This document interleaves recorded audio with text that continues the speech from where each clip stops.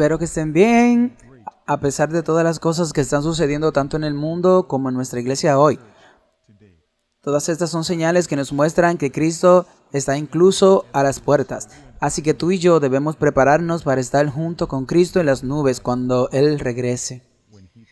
Así que si eres adventista y has estado siguiendo los eventos que han estado sucediendo, sabes que hemos escuchado algunas semanas interesantes que probablemente estés en una posición o en un punto en el que simplemente quieras tomar un descanso. Y sí, y por esa razón, vamos a tomar un descanso de todas las cosas que ha estado sucediendo y sentarnos con el Dr. Conrad Bain y simplemente reflexionar sobre cómo Dios lo ha guiado en el pasado, el trabajo que Él ha hecho, su crianza. Simplemente vamos a pasar un buen rato con Él. No quiero que te decepciones. No hablaremos de nada que tenga que ver con la presentación que está a la mano, que se está discutiendo, o ninguna de sus presentaciones o cualquier punto de vista que pertenezca a la iglesia y hacia dónde va la iglesia. No vamos a hablar de eso. Probablemente tengamos uno que estará orientado a eso, pero hoy me sentí impresionado después de trabajar con el Dr. Conrad Bain, directa o indirectamente durante los últimos 5 años, y es un buen amigo mío. Sentí que a veces las personas no llegan a conocer a las personas lo suficientemente bien como para saber su dedicación al servicio. Así que hoy nos sentamos y simplemente repasamos su vida y tenemos momentos divertidos. Me muero en la entrevista simplemente riéndome a carcajadas. Y él tiene este sentido del humor que es simplemente increíble, que me mató. Así que todas las risas y el simple hecho de divertirnos no es para disimular la gravedad de la situación en cuestión, sino para poder tomar un descanso y simplemente hablar de algunas de las bendiciones que Dios le ha concedido, que ha concedido en nuestras vidas. Así que sin más preámbulos, saltemos al podcast. Espero que lo disfrutes. Padre Celestial, Señor, te agradezco el privilegio de pasar un tiempo hoy con el hermano de armas y colega en el ministerio. Señor, quiero agradecerte por traernos aquí juntos. Señor, venimos de diferentes orígenes y diferentes países, pero Señor, todos estamos caminando hacia el mismo destino. Bueno, le pido, Señor, que hoy guíe y lidere esta conversación, que lo que digamos traiga esperanza y aliento a las vidas de los oyentes y a los observadores. Ruego, Señor, que la tecnología se mantenga fuerte y, Señor, a través de este proceso, que tú y solo tú sea glorificado en el nombre de Jesús. Amén. Así que bienvenido al podcast de Why I'm Here. Solo vamos a tener una charla relajada para conocerte. Sé que hay algunas personas que solo ven tus sermones y ven tus presentaciones y el trabajo que haces con FEM, pero no tienen ese privilegio de conocerte. Así que este es el propósito. Esta es la razón del podcast de Why I'm Here. Hemos hecho varias historias para darle a la gente una pequeña idea de algunos de nuestros predicadores, personas que están trabajando en nuestro sistema de salud, especialmente en el trabajo médico misional. Así que estoy encantado y privilegiado de tenerte, Dr. Bain. ¿Cómo está? Es un privilegio estar aquí con usted hoy y gracias por darme la oportunidad de compartir cómo Dios ha estado trabajando en mi vida. Alabado sea el Señor, alabado sea el Señor. Así que vayamos al grano. ¿Dónde naciste o de dónde eres? Ahora vives en los Estados Unidos. Ahora. Así que si no tomas y rebobinas un poco la cinta del cassette, no sé si los jóvenes podrán encender esto, pero rebobina un poco y comparte con nosotros tu crianza. Sí, dada mi edad, deberíamos referirnos a pergaminos, no solo a FES. Así que nací en el Reino Unido, en la ciudad de Bolton. Está en el noroeste del país, entre Liverpool y Manchester, las principales ciudades industriales. Mi padre era pastor, mi madre era de la República de Irlanda, del condado de Wicklow, en las afueras de la capital de Dublín. Mi madre y mi padre se conocieron cuando mi padre era pastor en Belfast, que está en el norte de Irlanda, y sirvieron durante 42 años en el ministerio pastoral. Así que nos mudamos de Bolton a Birmingham en Midland de Inglaterra y luego a la costa oeste, un distrito de varias iglesias con base en la ciudad de Hull, a veces con 5 o 6 iglesias en el distrito y todas esparcidas por una área amplia. Y luego nos mudamos a Leeds y a Bradford en el corazón de Inglaterra, en Midland. Esas son ciudades industriales. Me gradué en la escuela secundaria en la ciudad de Leeds, una escuela secundaria pública, y luego me fui a Israel en agosto del 1990 para trabajar en Coast, que es una granja colectiva, y cualquiera puede hacer eso, incluso hoy en día. Hay una brecha entre la escuela secundaria y la universidad. Sí, supe desde los 15 años, justo después de mi bautismo, que yo sería pastor. Pero me di cuenta de que a la edad de 22 años salí directamente de Newport College. No sabía nada sobre la vida y la idea de poder hablar de manera significativa con una pareja que estaba pasando por dificultades matrimoniales me hizo darme cuenta de que no iba a funcionar. Martín Lutero dijo que incluso con su experiencia hay que acercarse a una pareja que está pasando por problemas materiales con la misma precaución con la que se entra a un granero. Síguelo con una cerilla encendida en la mano. Entonces me di cuenta de que aún no estaba listo para eso. Así que decidí hacer otra cosa en la vida para obtener algo de experiencia de vida. Y fui a Israel por un año sabático. Estuve allí durante la Primera Guerra del Golfo en 1991. Vi a Dios obrar de manera hermosa allí. Y luego fui a la universidad pública en Inglaterra, en la ciudad de Birmingham, e hice una licenciatura en administración de empresas. Y de todas las licenciaturas que hice, esa fue probablemente la más útil. En realidad, porque las habilidades comerciales, tú aprendes a armar declaraciones de valores, entender sobre marketing y administración de operaciones y administración de recursos humanos. He usado esas habilidades en todas mis carreras en responsabilidades dentro de la iglesia. Eso es correcto, porque todo se relaciona con los negocios. Tienes que llevar la contabilidad, como dijiste, tienes que trabajar con gente, tienes que pagar a la gente, tienes que pagar facturas, así que tienes que estar al tanto de las finanzas. Así que mientras estaba en la universidad, había varias iglesias en la ciudad de Birmingham. Pero había un grupo de adventistas, un grupo pequeño, quería plantar una nueva iglesia en una ciudad vecina y esa ciudad se llamaba Leamington. Leamington Spa, y realmente no tenía presencia adventista allí. Y era una iglesia pequeña en un pequeño mercado y un pequeño pueblo, y me uní a esos estudiantes y algunas familias locales y plantamos una iglesia allí y estaba prosperando hasta el día de hoy. Hicimos mucho trabajo de puerta en puerta, hicimos algunas series de evangelización pública, dirigimos un club de ukelele y teníamos todo tipo de cosas en marcha para llegar a la comunidad. Y fue algo asombroso. Cuando eres joven puedes ver el Espíritu Santo obrando en la iglesia, y agradezco al Señor y pude ver, ya sabes, cuando tú tocas puertas y conoces gente en tu comunidad y escuchas su historia de vida y escuchas sus necesidades, pude ver a Dios obrar de manera hermosa.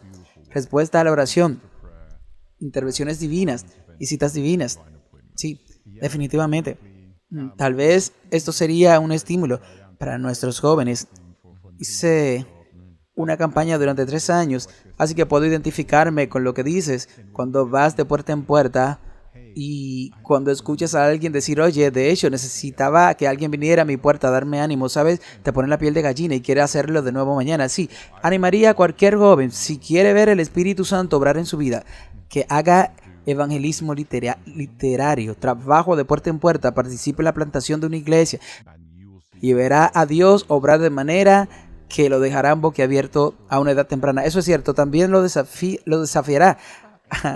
Hay días que son difíciles, pero aprendes a confiar en Dios y a orar mucho.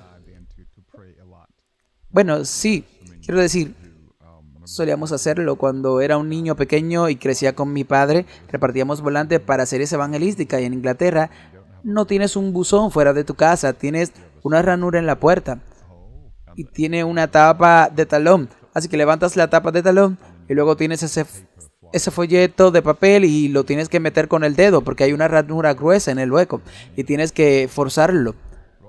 Pero a menudo hay un perro al otro lado, irá por tus dedos. Así que me di cuenta de que eso no es bueno. Así que pinchaba el papel con un tenedor y los perros muy pronto no iban a meterse con el tenedor. Oh, él sabía que eso no se podía comer. Sí, sí. Solo llevabas uno, sí, solo uno. Y lo fueres a pasar y los perros lo mordían y se daban cuenta de que no hay nada que morder aquí. A donde empujas tus dedos y cuando tus dedos salen, porque oyes al perro como si estuviera del otro lado de la puerta. Oh, vaya. Así que son bastante experiencias. Sí, mi padre solía hacer clínica para dejar de fumar. Eventos para dejar de fumar de 5 días. Y luego el segundo día te reías. Había cajas y cajas de tabaco suelto y cigarro Marlboros por todas partes y además, y todo eso se destruiría unos días después. Entonces, ya sabes, vimos con mi padre y mi madre muchos tipos de diferentes evangelismos, estudios bíblicos y grupos de oración. Y fue una educación realmente buena, maravillosa. ¿Qué tan grande es tu familia? Tengo un hermano gemelo que ahora es profesor del Nuevo Testamento en Andrews, en el seminario. Y tenemos 2 hermanas menores, y ambas viven en el Reino Unido. Mis padres también están allí. Eso es maravilloso. Alabado sea el Señor. Todos ustedes estuvieron involucrados en el evangelismo, y todos nos involucramos en todo. En todo lo que caminamos muchos kilómetros en eventos sociales. Recuerdo que mi padre y nosotros siempre teníamos estos desagües de las iglesias destapados y como éramos flacos teníamos que tumbarnos en el suelo y meter los bracitos en las tuberías para intentar sacar el atasco. Fue una educación muy buena. De hecho, sin duda nos dio una base sólida. Sí, los jóvenes de ahí afuera les pedían sus padres que hicieran cosas con las que no se sentían cómodos. Deberían hacer todo lo que se les pidiera al servicio del Señor. Aprovechar cada oportunidad que se le presente, porque Dios lo está formando para lo que vendrá mañana. Amén, amén. Entonces, ¿qué pasó después? Después de graduarme, bueno, después de eso trabajé para el Servicio Nacional de Salud en Inglaterra. Es el servicio público. Y mientras estuve allí un par de años, me pidieron que ganara experiencia trabajando en un país en desarrollo, porque querían gente con más experiencia en las zonas del centro de la ciudad del Reino Unido. Y entonces les pregunté a algunos amigos, y tenía un amigo que trabajaba para ADRA en Afgan, que está al norte de Irán, al este de Turquía y de China y Rusia. Y me dijeron que viniera a pasar 4 meses. Así que fui allí durante 4 meses y me pidieron que escribiera una propuesta para la Agencia de Desarrollo Formal de Estados Unidos. Y pasé un par de meses investigando la epidemiología de la provisión actual de atención médica para un enclave montañoso conocido como Nika. Está separado del resto del país. Está rodeado por Armenia, Turquía e Irán. Así que básicamente no había atención médica primaria en esa región. ¿En serio? Así que armamos una propuesta y me invitaron a ir a la Embajada de los Estados Unidos, INICI. Hice una presentación allí y realmente le gustó lo que dije. Y un par de meses después, el contrato fue financiado por el gobierno de Estados Unidos y nos permitió establecer una red de 46 clínicas. Vaya, fue un gran programa, 46 clínicas. Eso es enorme. Así que, cuando me iba, los chicos en la dirección me dijeron que nos gustaría que te quedaras. Dije, bueno, creo que se supone que debo volver a trabajar para la Salud Nacional en Inglaterra. Y dije, oraré a Dios por ello. Y dije, Señor, si quieres que trabaje para ADRA, entonces el presidente de la división tiene que preguntarme en persona. Y nunca había conocido al presidente de división en mi tiempo allí. Ok, nunca conocí a ningún presidente de división de la Iglesia Adventista hasta ese momento en mi vida. Y en mi última semana me pidieron que fuera a algunas reuniones en la región de la capital. Y último día iba al aeropuerto con otra persona y resultó que esa otra persona era el presidente de la división. Oh, wow. Y me dijo, Conrad, dijo, he estado viendo tu trabajo. ¿Volvería a trabajar a nuestra división? Así que él sabía quién era, él sabía quién era yo. Yo no sabía quién era él. Y dijo, ¿volvería a trabajar en nuestra división? Y pensé, bien, puse el vellón, aquí está. Y entonces dije, sí. Y él dijo, ¿dónde te gustaría trabajar? Y dije, bueno, esta división de 13 zonas horarias es enorme, es grande. Dije que iría a donde me envíe el comité y haría lo que el comité me pidiera, porque creo que Dios obra muchas veces a través de los procesos de toma de decisiones de la iglesia. Y unos 2 meses después recibí una carta por correo, porque esto fue antes del correo electrónico. Hubo un tiempo antes del email, sí. Y es difícil mencionarlo, sí. Y decía que votamos para que fueras el director del país de ADRA en el país de Tayikistán. Nunca había oído hablar de ese nombre, Tayikistán. Nunca había oído esto. Nunca había oído hablar del lugar. Así que fui a la biblioteca y miré en la sección de noticias extranjeras de los archivos del periódico. Y así es como solíamos buscar información en esos tiempos. Revisé los archivos antiguos de la biblioteca y descubrí que había una guerra civil en ese país entre comunista y yihadista, y no había una oficina de ADRA allí. Y yo estaba empezando en el puesto de ADRA. Vaya, eres uno de los pioneros. Sí, así que le respondí y le dije, está bien, atenderé la llamada. Y era con los servicios voluntarios adventistas. Y creo que eran como $200 al mes. Era mi expendio. Vaya, fue difícil tomar esa decisión.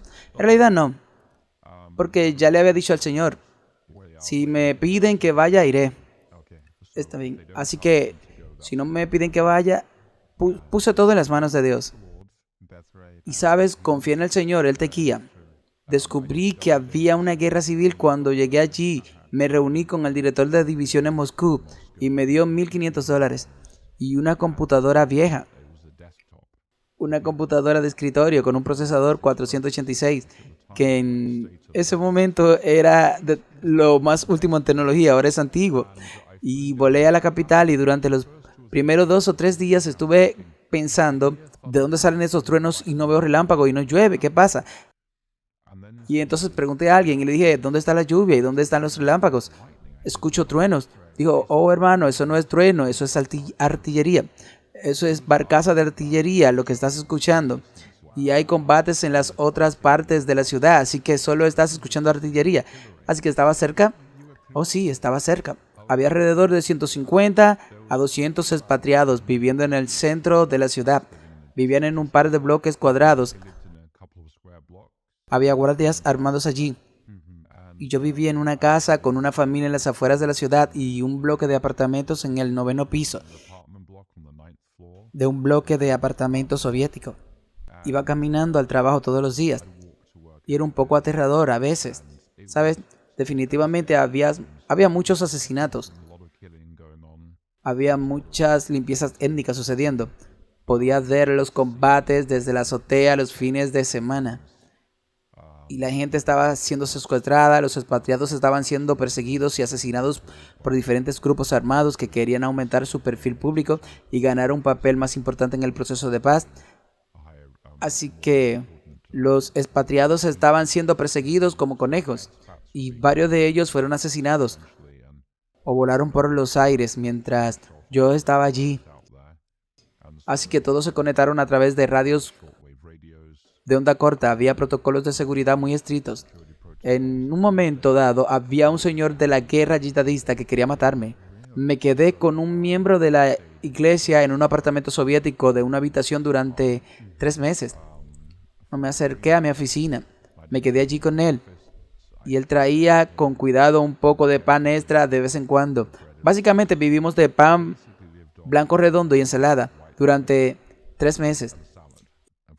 Y cuando finalmente el gobierno anunció que ese señor de la guerra en particular había sido asesinado, pude salir de mi escondite. Y bueno, eso fue por tu fe y el trabajo que estaba haciendo, que no le gustaba. No creo. Creo que era porque tenía un perfil alto en el país como occidental. Y ayudé a algunas de las familias en duelo por asesinatos anteriores. Y ayudé a coordinar un par de servicios conmemorativos en las sedes de las Naciones Unidas para las personas que habían sido asesinadas.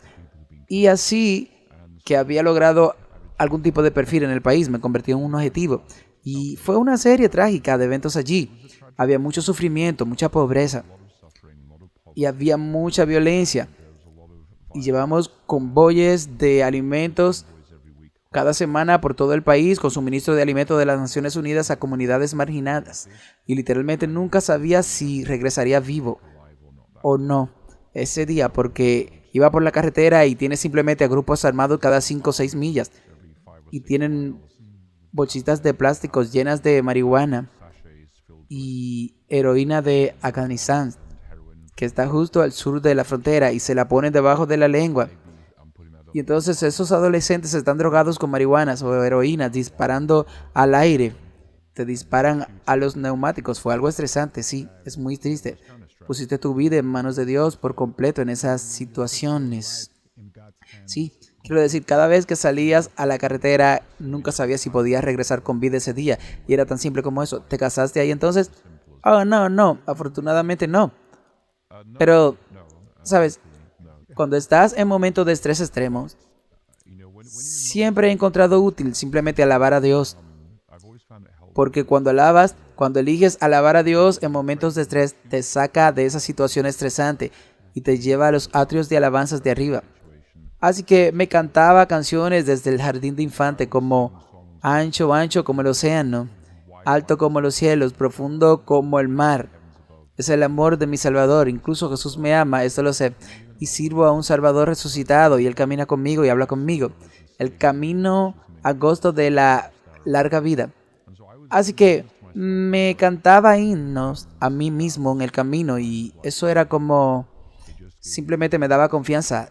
Saber que Dios me rodeaba y estaba en control. Y si había gente que conocía y los vi enterrados, vi muchos. Ayudé con algunos de los funerales de los servicios conmemorativos.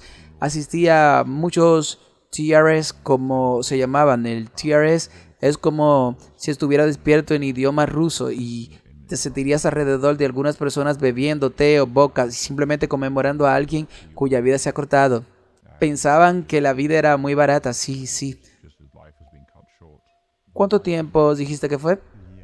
Un poco más de un año, Y luego tuve un encuentro con un grupo armado y fue una historia complicada y me dieron media hora para salir de mi casa o me matarían. Y así que me dieron media hora para salir de mi casa o me matarían y salí de mi casa en unos 15 minutos. ¿En serio? Entré en una casa segura y cuando la lucha se detuvo en el aeropuerto, cuando hubo muchos combates, pude volar en un vuelo de la ONU a Moscú. Entonces, cuando eres joven y pasas por juegos y diversiones como estos, tienes la sensación de que eres invencible e inmortal. Desearía que no lo fuera. Y solo cuento mis bendiciones. Salí con vida. Muchas personas no salieron con vida. Oh, alabado sea el Señor por salvarte la vida. Tenía más trabajos por delante para ti. Sí. Entonces, ¿a dónde fuiste? Dijiste que fuiste a Moscú después de eso. ¿Te quedaste allí como misionero? Bueno, estuve allí durante semanas y la división quería reasignarme. De hecho, me enviaron de regreso a Abam durante 4 años. Oh, y volví a administrar el programa de atención médica que acababa de ser financiado. Así que hice eso durante varios años y luego fui a la oficina de ADRA del país en Bakú y fui el gerente de operaciones allí. Y teníamos alrededor de 600 a 700 empleados, algo así. Ese es un equipo bastante grande, era un equipo enorme y yo estaba manejando ese equipo. Teníamos un buen director, ahora es profesor en el seminario de misionero, el doctor Begum. Era muy bueno, sí, es muy buen director del país, un verdadero director espiritual para el equipo. Y yo proporcioné algo así como el lado administrativo y él proporcionó el liderazgo espiritual y fue una buena combinación y crecimos y eventualmente creo que en el 2022 Cada año firmaba un contrato con ADRA, pero sabía que Dios quería que me dedicara al ministerio pastoral. Así que cada vez que firmaba un contrato, era como si estuviera caminando en contra de la voluntad de Dios en mi vida. Y finalmente, en el 2022, mi esposa y yo decidimos hacernos a un lado de ADRA y nos ofrecieron un trabajo muy lucrativo en otro lugar, en la industria de la ayuda, a través de una agencia no adventista. Fue extremadamente lucrativo. Y como un representante regional, ¿usted dijo qué año era? ¿Dijo 2022? 2002. Está bien, sí, fue mi error. Quité 20 años. Así que en el 2002 regresamos a Newport College y estudiamos allí durante 2 años y medio. Estudié el Nuevo Testamento, un programa de maestría, y ahí me dediqué al trabajo pastoral en Londres. Pero fue como que nunca despegó, porque yo acababa de terminar mis estudios y estaba a punto de ir a mi iglesia en Londres. Y era un distrito con 2 iglesias y recibí una llamada de la división transeuropea diciendo que había habido un terremoto en el suroeste asiático. ¿Puedes dirigir la operación de ADRA durante 6 meses en Indonesia? Y dije, bueno, se supone que debo ser pastor en Londres la próxima semana. Y ellos dijeron, bueno, lo hemos aprobado con una conferencia. Estás asignado a nosotros. Y de nuevo, esto era como antes de los teléfonos celulares, antes de cualquiera de las comodidades modernas. Me dijeron, ve a Londres y habrá un ticket allí a Yakarta. Así que fui a Londres, fui al mostrador de la aerolínea y había un ticket para mí a Colombo. Y pensé, bueno, Colombo está en Sri Lanka, ese no es el lugar, eso es diferente. Pero no tenía un teléfono celular así que subiré a ese avión y veré qué pasa. Subí al avión y fui a Sri Lanka. Fuiste valiente, simplemente cambió tu destino así. Y había alguien en el aeropuerto para recibirme, ¿sabes? Así que pensé, alguien sabe lo que está haciendo. Así que Luda llegó un mes después y pasamos 6 meses liderando ADRA en Sri Lanka, en la operación de limpieza, y después de eso fueron meses muy intensos. Así que ¿alguna vez recibiste una explicación de cómo sucedió este cambio?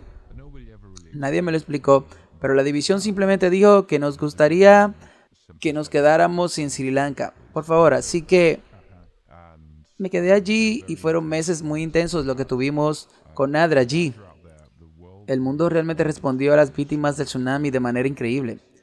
Y nos estaban arrojando dinero. No podíamos gastarlo lo suficientemente rápido. Y eran cantidades ridículas. Y, por ejemplo, el Ministerio de Asuntos Exteriores británico nos dijo que queríamos 2 propuestas en las próximas 3 horas para la rehabilitación económica de las costas que han sido devastadas por el tsunami. Solo tomaría 3 meses para armar una estrategia como esa, con ustedes trabajando en esta comunidad para identificar las personas y prioridades y lo que podría hacer. Pero querían estas cosas en 3 horas. Así que escribí las propuestas lo más rápido que podía. Era conocido como un hombre con una lata dorada. Escribía propuestas y las enviaba, y 1 hora después estaban financiadas. Alabado sea el Señor, y millones de dólares estaban llegando. Así que vinieron muchos voluntarios. Eso fue una bendición. Y hubo, ya sabes, descubrí que a los elefantes les gustan las piñas congeladas. ¿Oh, sí? Sí. Cruzó la isla, pasó por una reserva de elefantes, y a los elefantes les gusta la piña, pero si las congela y se las da, la mastican en su boca. Hay una dulzura fría que nunca han tenido y no han tenido nada parecido. Entonces el elefante tiene una sonrisa en su cara por la piña congelada. Eso es bastante nuevo. Rehabilitamos mucha infraestructura de agua, bombeamos los pozos llenos de agua de mar, pusimos en marcha nuevas instalaciones de almacenamientos y de agua y comodidades alrededor de las costas. Hicimos mucha osmosis inversa, convirtiendo el agua de mar en agua dulce, y fue una operación de equipo increíble. Y había ingenieros de todo el mundo trabajando con nosotros para ayudar a que esto funcionara. ¿Recuerdas lo grande que era el equipo con el que trabajaba en ese momento? Probablemente teníamos alrededor de 60 a 70 personas allí, y eran buenos ingenieros de agua. la mayoría geólogos, ingenieros de agua, ingenieros civiles y sí, teníamos algunos, ¿sabes? Una vez escribí una propuesta para ayudar a las madres que perdieron a sus maridos en el tsunami. Vamos a conseguir búfalo de agua y algunas ollas de barro. Podrían comenzar a hacer algunas ollas y podrían ganarse la vida con eso. Y bueno, hice la propuesta porque la necesitaban en una hora. ¿Qué haría con 5.000 mujeres con esta vasija de agua sin tener idea de dónde encontrar 5.000 búfalos de agua? Bueno, consiguieron la financiación una hora más tarde. Y luego tuve el problema de dónde encontrar 5.000 búfalos de agua. Y entonces, ¿qué hiciste? Bueno, terminé teniendo scouts que cubrían todo el país pidiendo limosna a la gente. Porque no puedes ir y comprar 5.000 búfalos de agua. No, no puede. Pero cuando tuvimos los búfalos de agua, tuvimos que dejarlos como vaqueros que llevaban para llevar a estos búfalos de agua al sur del país. Y luego lo pusimos en este gran corral y luego tuvimos que ponerles una etiqueta en la oreja porque le estaba dando un seguro para veterano por 3 años. Porque si en esa parte del mundo, si el animal se enferma, la gente lo mata inmediatamente mientras la carne todavía está buena.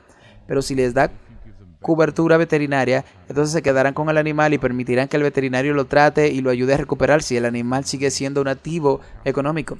Y entonces, pero para poner un tanque en el interior del búfalo es como un perforador. Tiene que hacer un agujero en la oreja de cuero grueso y luego poner la etiqueta de plástico. Hay un número adjunto. Y entonces, sabes que cada búfalo tiene un número en una base de datos. ¿Ves? Y el seguro está vinculado a la base de datos, así que eso fue bastante creativo. Había estos voluntarios que vinieron del oeste.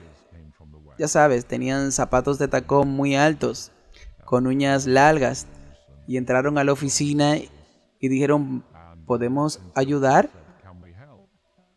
Pero pensé que ya había terminado. Dije, bueno, sí, tenemos estos miles de búfalos allí y necesito que alguien le haga los agujeros en la oreja de estos búfalos. Y nunca habían visto ni siquiera una vaca antes, mucho menos a un búfalo. Y estaban inspirados. No se sentían cómodos acercándose a ellos. No lo estaban.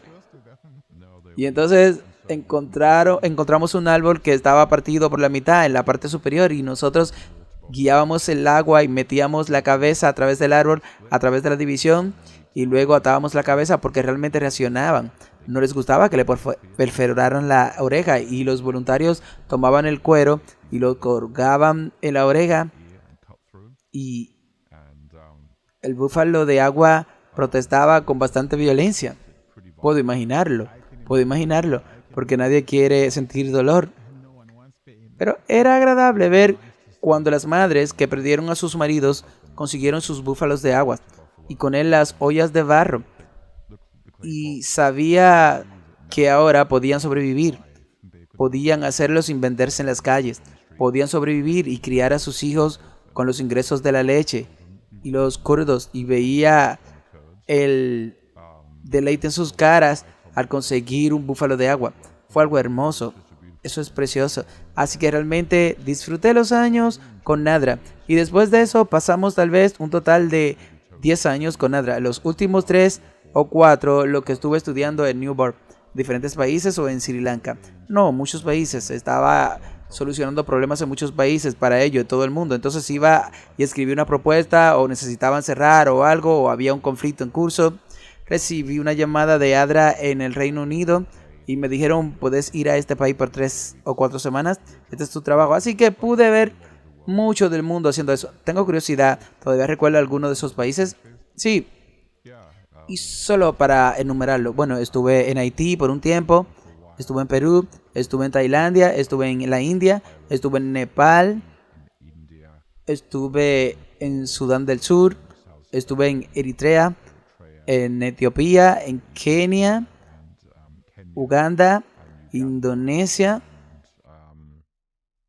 y Sri Lanka. Y había algunos otros allí, creo. Pero sí, quiero decir, era una lista bastante larga. Eran más de 20 países en mi tiempo con Adra. Así que nunca llegaste a mi país.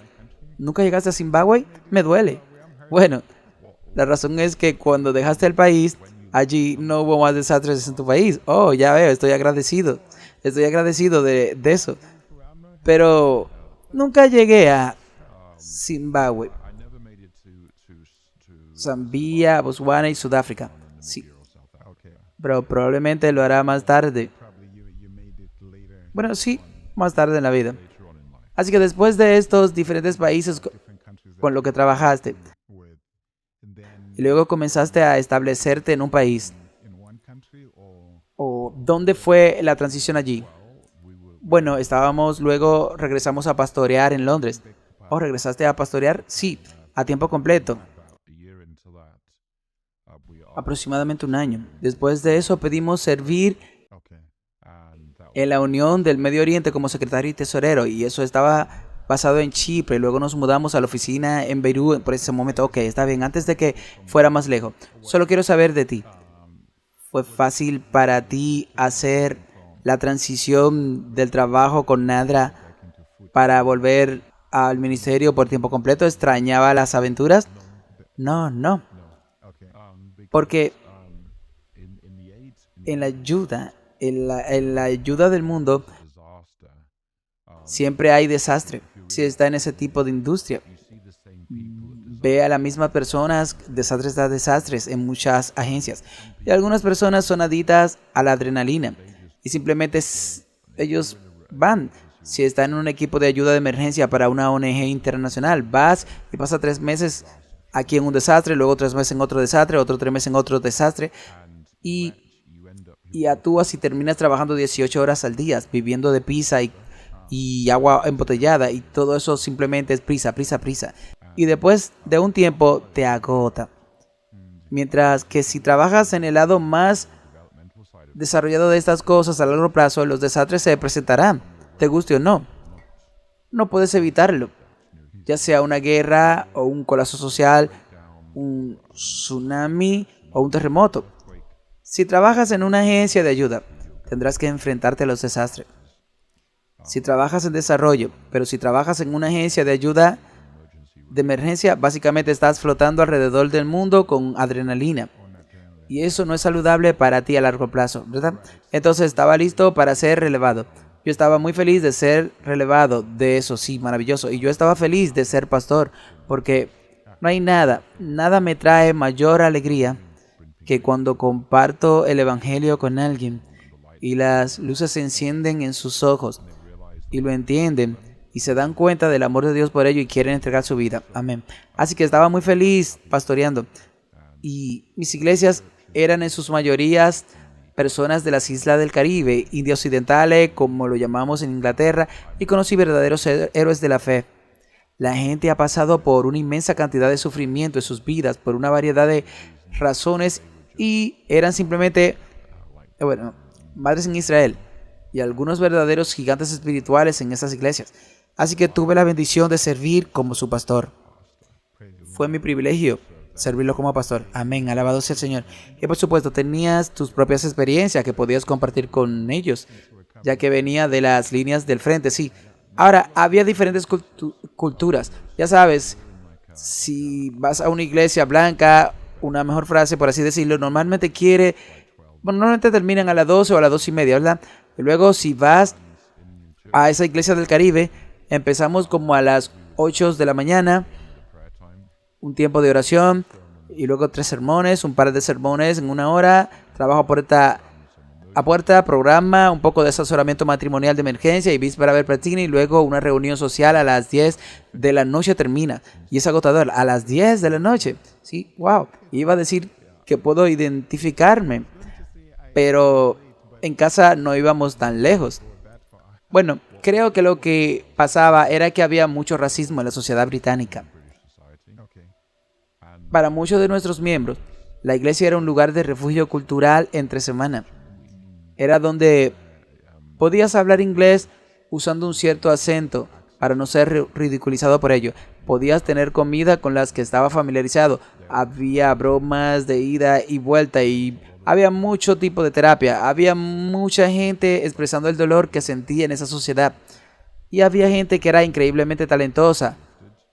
Como decimos, había un abogado del Caribe y de Gran Bretaña. Trabajaba con limpiadores en las calles. Así que había muchas barreras invisibles y las personas increíblemente dotadas no podían usar sus dones. Y eso fue lo que pasó con la primera y segunda generación de personas que vinieron de las Indias occidentales. El barco Empire, Wings, Rush y todo eso en los años 50 y 60. Entonces su iglesia era una iglesia de socorro, un lugar de refugio, un lugar cultural. Y luego con la generación más joven se dedicaban a profesiones como derecho, contabilidad o medicina. Y les iba bien en esas profesiones. Pero para las dos primeras generaciones que llegaron a Gran Bretaña hubo mucho dolor en particular. Así que aprecié que no fuera solo un largo día en la iglesia, sino que fuera un lugar de refugio cultural y espiritual de lo que era el mundo, que era muy hostil allá afuera. Así que volvíamos de la iglesia como a las 11 de la noche, simplemente agotados. Y hay una tienda de pescado y patatas fritas al lado de nuestra casa en Inglaterra. Y siempre parábamos y comprábamos una bolsa grande de patatas fritas inglesas. Son como patatas fritas cortas, gordas y grasosas. Y con el tamaño, como el tamaño de mi pulgar. Y estaban bañadas de grasas. Realmente no tienes que comerlas. Simplemente se deslizan por tu garganta por sí solas. Y volvíamos, nos sentábamos como algo conmocionado alrededor de la mesa de la cocina. O teníamos una bolsa de patatas fritas y tal vez un poco de purés de guisantes o salsa de curries con ellas, que son cosas estándar en Inglaterra. Y eso era el regalo al final del Sabbat. Pero fue un privilegio para mí servir como pastor. Eso fue un privilegio en absoluto. Alabado sea el Señor. ¿Cuánto tiempo fue su pastorado? Bueno, un poco más de un año allí. Luego me llamaron para la reunión de Medio Oriente. Es como si nunca tuviera la oportunidad de echar raíces en ningún lugar. Y fui secretario, tesorero allí poco más de un año. Y cubrimos creo que 14 países, si mal no recuerdo. Secretario, tesorero. ¿Qué tipo de trabajo en la oficina? Bueno, sí. Pasé mucho tiempo lejos de casa. En realidad hubo muchos problemas legales, litigios, problemas judiciales, problemas de títulos de propiedad, problemas de pensiones, de jubilación, y había muchos jubilados, muchas propiedades en la Unión, en muchos países. Así que tuve que lidiar con todas esas cosas. Y de nuevo fue una curva de aprendizaje empinada, lo disfruté mucho. Estaba a punto de preguntarte si lo disfrutaste. Estaba en un país y me iba del país y miraron mi visa y dijeron, oh, tu visa ha expirado. Y entonces me pusieron en una especie de sala de espera. Y dije, bueno, si mi visa ha expirado, échenme del país. Dijeron, no. Hay un problema. Sabes que tu visa ha expirado. Estoy en el aeropuerto, estoy tratando de salir de su país. Déjenme ir, no habrá ningún problema. Entonces lo estaban discutiendo y no estaban seguros de qué hacer conmigo. Así que miré mi pasaporte, lo miré más de cerca y me di cuenta de que el pasaporte también había expirado, no solo la visa. Entonces hay un doble problema, sí. Así que pensé que no diría nada sobre el pasaporte que había expirado. Me concentré solo en la visa que expiró. Y finalmente, unas 6 o 7 horas después, me pusieron en el avión de regreso a donde estaba viviendo. Pero fue una bendición trabajar en el Medio Oriente. Hay muchos miembros árabes en áreas como el Líbano, Jordania y Egipto en particular. Luego hay muchos trabajadores expatriados en el Golfo, como Qatar, Bahrein, Omán, los Emiratos Árabes Unidos y Kuwait. Y muchos trabajadores expatriados que agregan salarios bastante buenos y envían su dinero a sus familias en todo el mundo. Entonces la iglesia en el Golfo es una iglesia muy expatriada. Mucha gente de Pakistán, Bangladesh, Filipinas, etc. Hay muchos occidentales allí y cada vez más expatriados africanos que trabajan en sectores muy diversos. Es muy diverso. He visto a muchos africanos trabajando en el sector bancario, en el sector de TI, en el sector turístico, y atrae a personas altamente calificadas de todo el mundo. Fue una bendición trabajar allí. Alabado sea el Señor. ¿Cuánto tiempo trabajaste allí? Fue de nuevo poco más de un año. Es una tendencia, sí, una tendencia.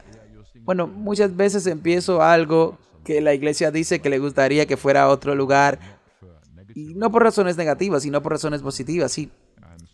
Y así llegamos a Minnesota. Oh, ahora sí, llegamos a Minnesota.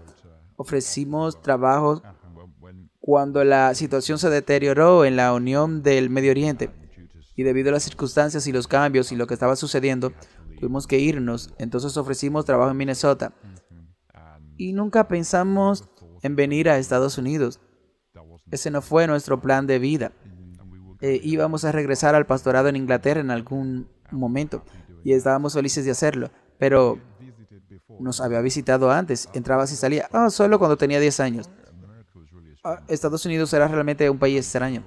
Y entonces estábamos orando por llamados pastorales en Minnesota, el norte de Irlanda y Londres.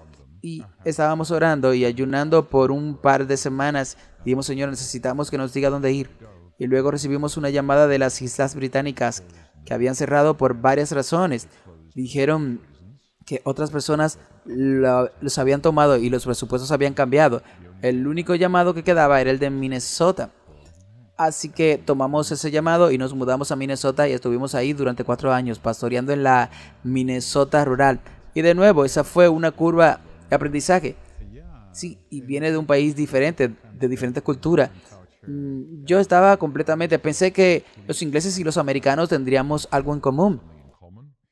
O pero hay un abismo cultural. Sí, puedo decírtelo, sí. Como ejemplo, quería decir, en octubre, en una iglesia que teníamos que tener una reunión de negocios, y dije algo así como el 7 o el 14 de noviembre, que era domingo. Dijeron, oh no, pastor, ese es el comienzo de la temporada de Casa de Siervos en Bonara. ¿Qué tal el próximo sábado? Bueno, esa es la temporada de rifle. ¿Qué tal el próximo domingo? Oh, esa es la temporada de pólvora negra. ¿Qué tal el próximo domingo? Bueno, esa es la temporada de alces. Luego la temporada de alces, luego en Colorado cazando venados y muslo. No tenía idea de nada de eso, sí, pero lo descubrí. Lo que descubrí de esto fue que en la Minnesota rural hay mucha pobreza. Y cuando los hombres de la iglesia salían a cazar ciervos, podían obtener 40 libras de carnes por un ciervo. Podrías decir que estaban suministrando salchichas a la gente pobre de la comunidad y en la iglesia. Eso era parte importante de las proteínas para el invierno para ello. No era solo una cuestión de cazar para controlar la población. En realidad, era cazar para dar proteínas a los miembros para pasar el invierno. Así que había una necesidad real de esto. Y nunca lo había hecho de esa manera así. No había necesidad. Y luego, porque los inviernos son tan largos en Minnesota, ya sabes, van desde finales de octubre hasta finales de abril, principios de mayo. Todo está nublado y frío. Muy frío, viento helado y nieve fuerte. Y entonces cada año teníamos un festival de inviernos a mediados de enero. Contratábamos un centro de recreación local y todos iban a nadar. Toda la iglesia aparecía con toda su familia extendida y hacíamos natación, jugábamos baloncesto, jugábamos voleibol, teníamos juegos de teníamos comida compartida y me di cuenta de que la gente necesita ese momento destacado en pleno invierno. De lo contrario, se vuelven locos, sí, porque está encerrado dentro y es bueno pasarlo en comunidad, sí, pero desde esa perspectiva pastoral, porque en Minnesota, si les dices a alguien entre octubre y abril que estarás en casa el jueves por la noche para un estudio bíblico, sabes que van a estar ahí. Porque cuando la gente llega a casa del trabajo no van a ningún lado. Puedes encontrarlo, no hay excusa. No es Florida. No pueden jugar al golf ni a la playa como en Florida. No. Pero de nuevo fue un privilegio ministrar allí. Hay gente muy, muy buena en las iglesias. Aprendí mucho de ellos, pero fueron pacientes conmigo. Vengo de un paso incultural. ¿Sabe que le dije a una persona que estaba con mi esposa? Visitamos una iglesia. Uno de nuestros ancianos y su esposa, y les dije, ¿sabes que eres una persona muy hogareña? Me miraron con horror y pensé que dije mal. Y les dije, eres una persona muy hogareña, nada más. Y el marido le dijo, ¿sabes lo que eso significa? Le dije, lo que intento decir es que tiene una casa muy limpia y ordenada. Eres un anfitrión muy amable. Él dijo, eso no es lo que significa esa palabra aquí, en Estados Unidos. Así que estoy muy agradecido de que los miembros de nuestra iglesia hayan sido muy pacientes conmigo. Entendieron que yo venía de una cultura diferente y mi uso del lenguaje era diferente. Sí, puedo identificarme porque yo crecí con inglés británico en Zimbabue. Así que tuve una experiencia casi similar cuando llegué a los Estados Unidos. Así que pensé que hablaba inglés, pero es casi un idioma diferente. Sí, pero lo que encuentro en Estados Unidos es que cuando predicas, pones un acento más británico. Oh, porque mantiene la atención de la gente. Y si cambias el vocabulario británico como pavement en lugar de sidewalk, o de books en lugar de trunk, o de garage en lugar de garage, si gas en lugar de patrol, entonces la gente está escuchando, porque si usa el vocabulario de los puentes, la gente dice, ¿de qué está hablando? Sí, están tratando de averiguarlo. Oh, está bien, sí, ¿de qué está hablando? Mantiene su atención. Oh, no lo sabía. Gracias por ese consejo. Sí, desearía haber poder tener el acento, pero tengo la terminología, las palabras. Puede hacer eso. Bueno, y a veces el humor no viaja tan bien. Eso es verdad, no se traduce bien. No se traduce bien. A veces en el púlpito digo algo gracioso, y al menos creo que es gracioso. Y la congregación me mira como diciendo, ¿qué acabas de decir? No estás seguro de si fue una broma o no. Entonces puedo decir, fue una broma, pueden reírse. Entonces ya sabes, a donde quiera que voy hay una curva de aprendizaje culturalmente. Sí, y esa es la bendición de haber estado en el trabajo pastoral. Cuando sirves en el ministerio pastoral, sirves al Señor. Eres llamado a ir a diferentes lugares y te encuentras con personas en diferentes etapas de la vida y de diferentes orígenes culturales. Y tienes que seguir aprendiendo y creciendo. Y tienes que estar dispuesto a volverte como un niño. Debes aprender una nueva cultura. Pero una de las alegrías del ministerio pastoral, y estoy seguro de que tú también encontraste en esta aldea como pastor, puedes caminar con la gente a través de los nacimientos, la muerte, el diagnóstico de cáncer, los desafíos. El chico que está, ya sabes, en un centro de salud mental agudo. Ahí puedes acompañar a la gente en los momentos altos y bajos de la vida, los momentos bajos de su vida. Y ese es uno de los mayores privilegios que vas a tener. Y puedes ver a Cristo trabajando como en tiempos reales en todos los días. Aunque tiene sus inconvenientes, pero es una gran bendición. Realmente lo es. Y es un privilegio ser parte de esos momentos en la vida de alguien que recordarán el resto de su vida. Amén. Alabado sea el Señor. Así que después de que pasaste por Minnesota, entonces, ¿cuándo te fuiste? Bueno, estaba haciendo algunos estudios y estuve en Andrews durante una semana. Y alguien dijo, alguien quiere hablar contigo abajo en el pasillo. Así que entré en la oficina de ese alguien. Era un profesor en el departamento de misiones. Tuvimos una conversación muy parecida a esta. Y yo no conocía a la persona de Adam Ori, pero se sentía como una entrevista de trabajo. Se podía sentir como algo inusual que estaba sucediendo aquí. Al final, esta persona dijo, ¿te gustaría postularte para ser el presidente de las misiones administrativas de frontera? Y yo dije, bueno, en realidad no. Dije, estaba feliz, muy feliz pastoreando. Y dijeron, bueno, necesitamos a alguien con experiencia en misiones, con experiencia administrativa, que también sea pastor. Y es difícil encontrar a alguien con esos tres conjuntos de habilidades y tipo de experiencia. Así que a la mañana siguiente dije, bueno, me dijeron ven y conoce al personal. Así que a la mañana siguiente fui a conocer el personal y la primera pregunta en la oficina fue ¿por qué quieres ser el presidente de AFMM? Dije, bueno, para ser honesto no estoy aquí por eso. Alguien me pidió que estuviera aquí. Pero vine para hacer algunos estudios en Andrews y voy a regresar y ser el pastor en Minnesota. Pero tuve una buena conversación con el personal y después de eso tuve una entrevista con algunos de los miembros de la junta y dijeron, era lunes y le gustaría una respuesta para el próximo lunes. Y teníamos nuestras visas de trabajo religiosa R1 y R2. Sí.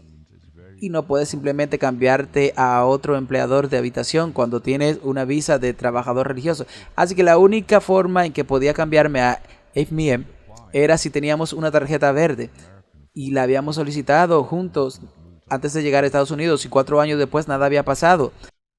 Y en el sitio web de inmigración de Estados Unidos, de nuestro país, simplemente decía recibimos su documentación y durante 4 años lo habíamos visto, nada había pasado.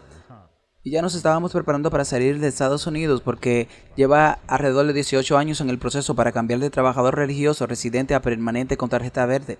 Y AFM quería una respuesta en una semana. Le dije a AFM, bueno, solo podemos decir sí si tenemos tarjetas verdes en nuestras manos el próximo lunes. Así que comenzamos a orar y a ayunar toda la familia. Dije, Señor, si quieres que trabajemos para AFM, entonces necesitamos tarjetas verdes el próximo lunes. Así que el martes me levanté y revisé el sitio web y decía revisión inicial. Y el miércoles por la mañana pasamos a revisión completa. Y el jueves decía se tomó una decisión a su favor. El viernes decía enviamos sus tarjetas verdes. Y el lunes siguiente había 4 cartas de inmigración de Estados Unidos en nuestro buzón con una tarjeta verde para cada miembro de la familia. Y esa fue la respuesta a la oración. Una gran respuesta a la oración después de 4 años de esperar y nada. Y tú y yo sabemos cómo es la inmigración de nuestro país aquí en Estados Unidos. Nada se mueve tan rápido. No lo hacen. Puede llevarte años y años en las cosas para que sucedan. Sí, no se apresuran de nada y no puedes llamar y decir nada. Sí, simplemente vas a ese sitio web y sigue viendo, hemos recibido, sí, solo mirándolo. Y afecta tu vida. Así que en Minnesota tuvimos mucha nieve. Quería conseguir una máquina quitanieve para mi entrada. Mi esposa dijo, nos quedaremos en Estados Unidos. No compraremos una máquina de nieve. Vas a quitar nieve hasta que sepamos que estamos en Estados Unidos. No gastan $500 o $600. Literalmente cambia tu vida. Sí, así que una vez que tenemos la tarjeta verde podemos decir, podemos tener una máquina quitanieve y eso es maravilloso. Ya sabes, la gente no ha experimentado tanto, no entiende lo mucho que puede cambiar la vida. La nieve realmente te cambia de estar a 30 minutos a 1 hora cada mañana. Sí, está nevando todos los días, es horrible, probablemente 15 minutos o simplemente soplando, sí. Pero sabes, aunque el proceso de inmigración no fue fácil, aún así lo considero una bendición porque en mis iglesias en Minnesota había personas que eran refugiados. Había personas que estaban atrapadas aquí por las situaciones de la vida. Estaban esperando que la inmigración estadounidense llegara por ellos. Y podría decir, bueno, he pasado por un proceso similar.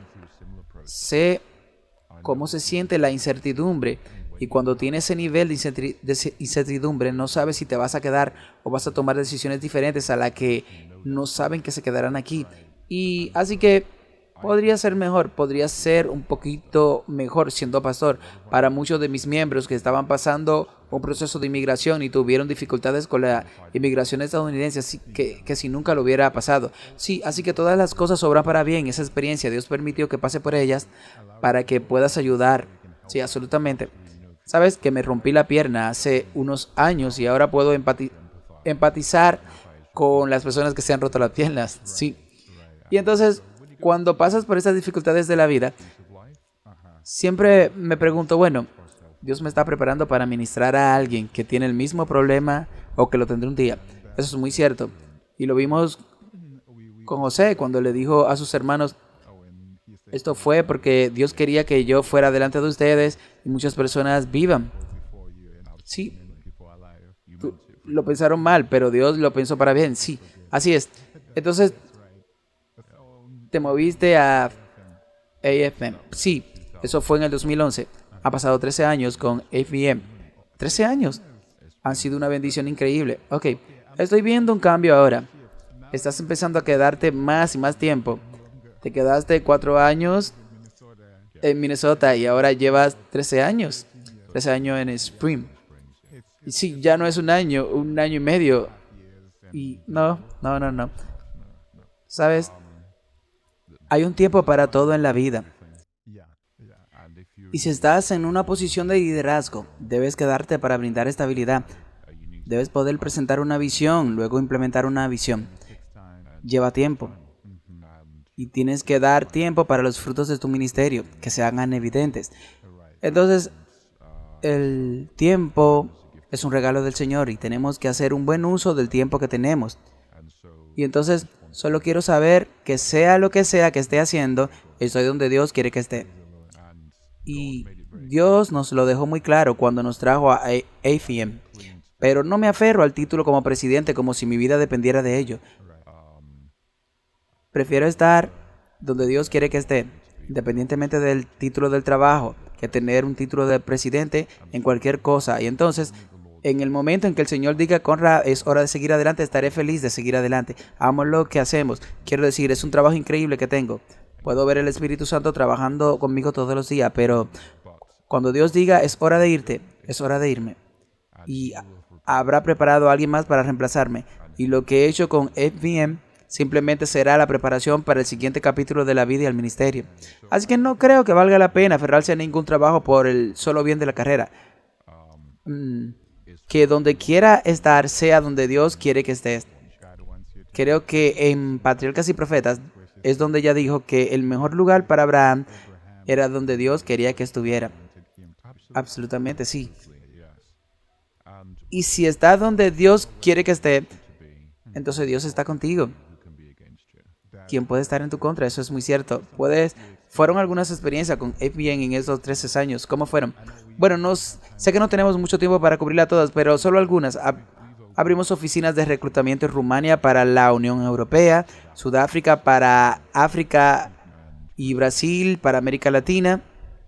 Y ha sido una verdadera bendición ver a esos oficiales despegar, volverse económicamente autosuficiente, criar a sus propios misioneros.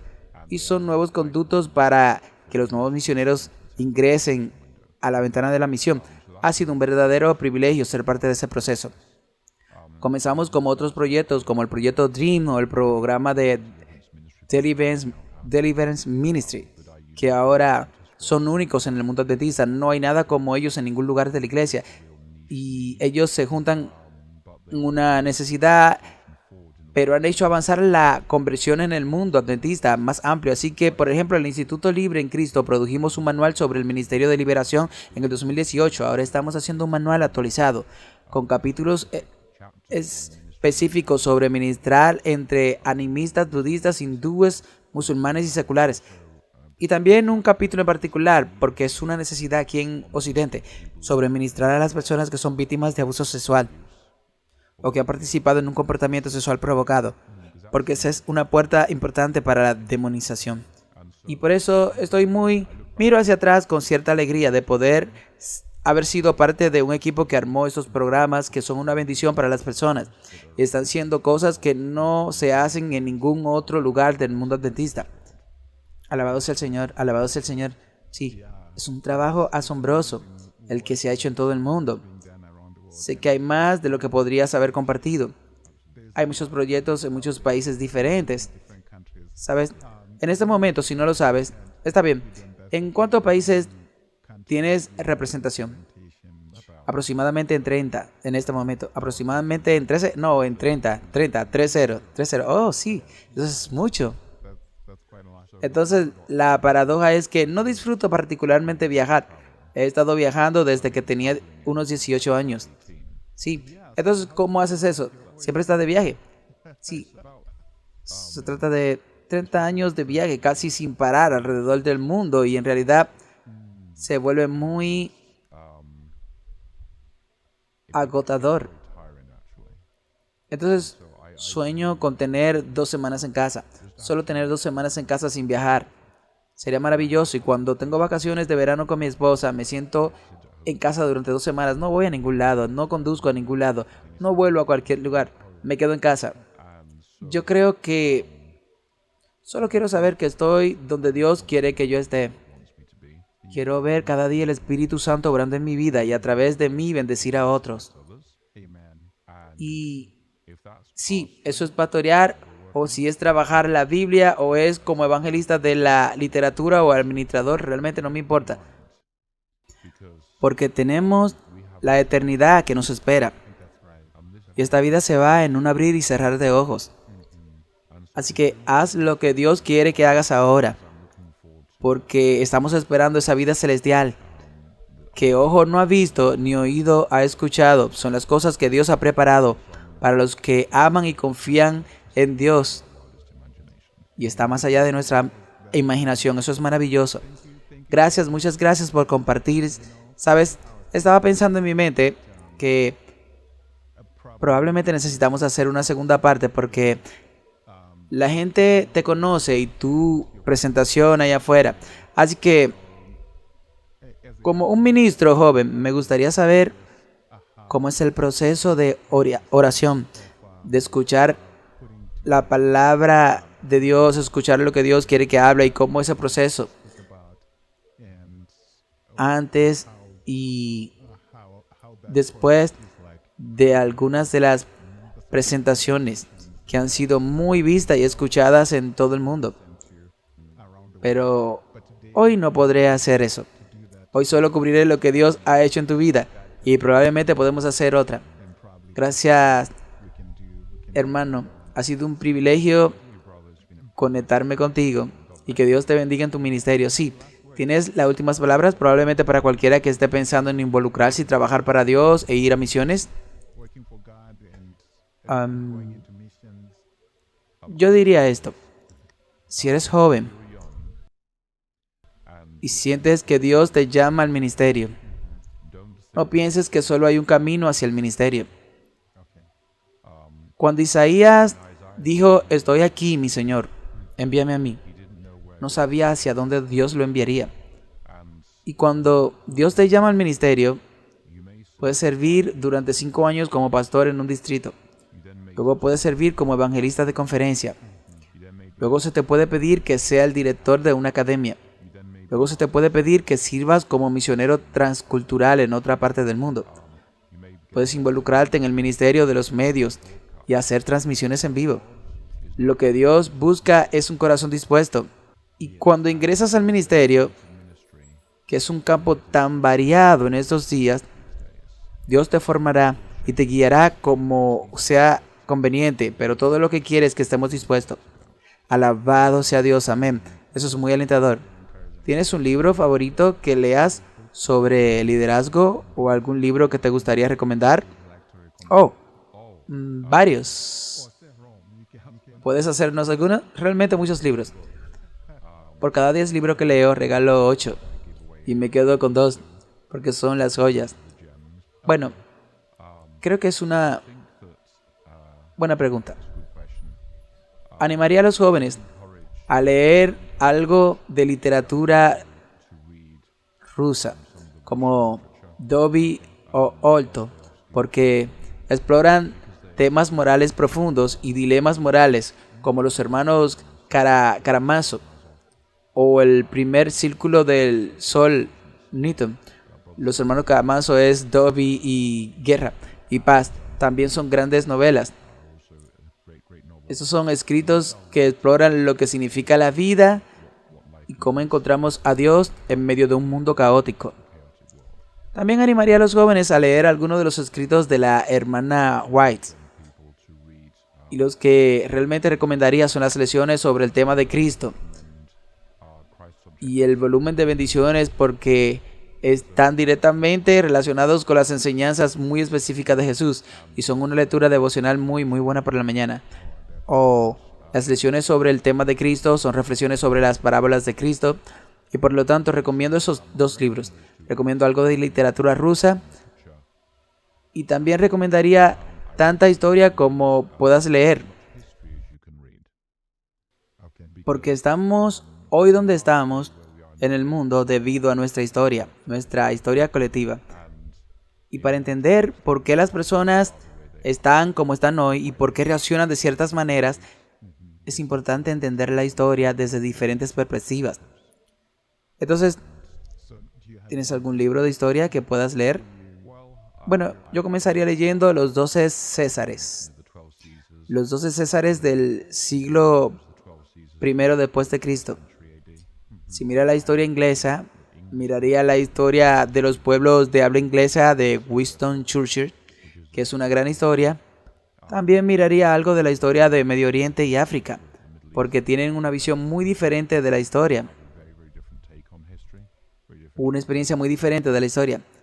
Y también miraría la historia de la filosofía, porque cuando lees filosofías, te das cuenta de que el hombre moderno no tiene respuesta para las preguntas existenciales de la vida moderna, Y realmente hemos llegado a un punto de desesperación existencial y por lo tanto leer a los filósofos de los últimos 100 o 200 años te hace darte cuenta de que sin el Evangelio estamos perdidos.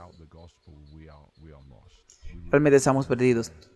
Y ya sea que sea Lund o Freud, y si lees algunos, ya sabes, Burke o alguno de los otros filósofos que tuvieron una gran influencia en la familia de América, te das cuenta de que el hombre sin Dios no es nada. Y para entender por qué tenemos una filosofía de desesperación en Occidente hoy en día, es importante ir a los documentos, fuentes que promueven esta filosofía de desesperación para entender por qué la gente piensa de la manera en que lo hace. Gracias por compartir. Me has dado algo de tarea. Sí, lo buscaré. Probablemente obtengamos algunos enlaces de usted para luego ponerlo en la descripción para este episodio. Muchas gracias, Dr. Baum. Ha sido un privilegio y una experiencia maravillosa estar aquí sentado con usted, escuchándolo de cómo Dios lo ha guiado. Muy bien, amigos. Espero que este episodio haya sido edificante para ustedes, como muchos de los episodios que hemos hecho en este programa.